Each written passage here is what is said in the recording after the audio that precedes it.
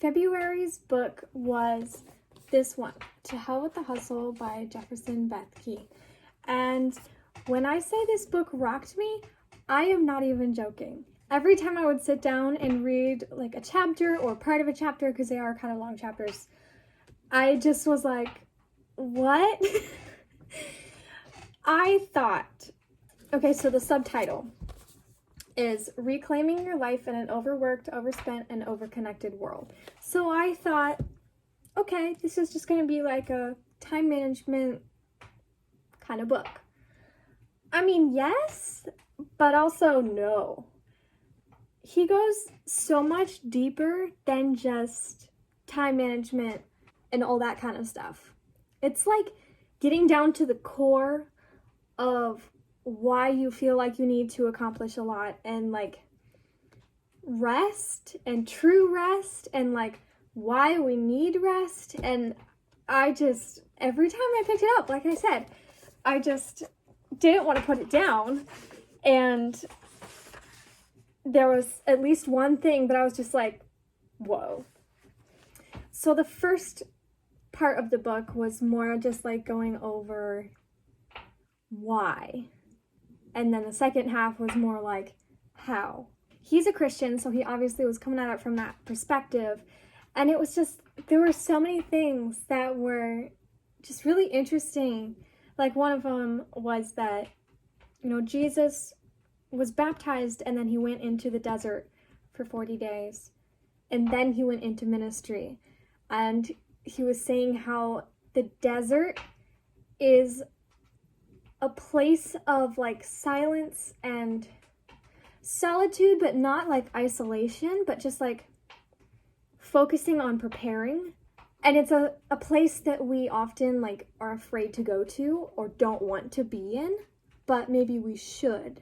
Maybe we should be in a desert season at some points in our life, because that is when we can really get back to a relationship with God and refocusing on what it is that he has called us to do, and how those seasons can actually be really beneficial.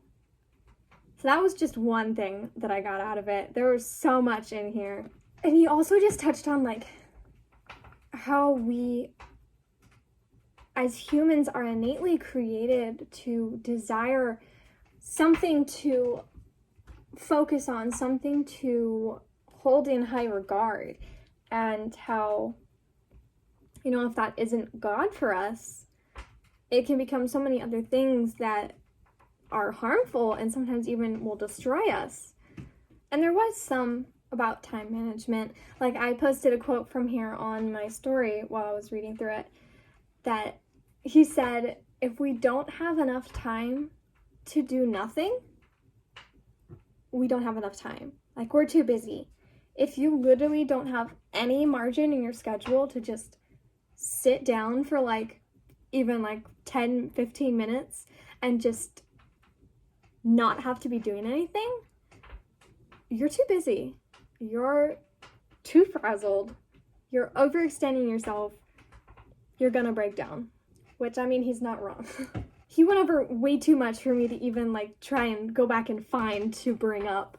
But I just wanted to highlight a couple of those little things that just like really stood out to me, that it was just, there's so many truth bombs in there that just as I was reading through, I was like, I have not read this good of a book in a while. Like I was just looking at the books that I read in the last 2 years, and like some of them were good. And I started reading more of the like personal development books at the end of 2020. But like Eat That Frog was good. Girl Wash Your Face, Girl Stop Apologizing, Rich Dad Poor Dad, Essentialism, Atomic Habits. Those were all really good. Atomic Habits was really good. But like some of the other ones, it was just like, yeah, okay, that's good advice. But like this book, if you have not read this, I'm going to link it down below. Absolutely go get it on Amazon, like right now. I was wanting to read it for a really long time, but I was like, oh, my library doesn't have it like available through their ebook borrowing system. So I was like, I don't really want to like buy it. But then somebody had suggested another book to me that was also on Amazon. So I was like, if I'm already buying one, I might as well buy two. So I got it, and I am so glad that I did. I feel like this is going to become another one of those books that I just read like once a year or every couple years to just like, you know, like recenter. Do you have any of those books that you just like go back to and reread? For me, it's like Steps to Christ, and now this one. And I really like Song of Eve, because that just kind of like puts into perspective for me just like some of the Bible stories and stuff. But anyways, I am getting off topic.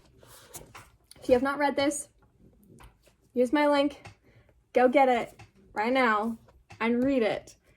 I promise you won't regret it. It was really good and definitely has shifted my mindset towards everything that I am trying to build on the internet, and just like, where should my focus actually be?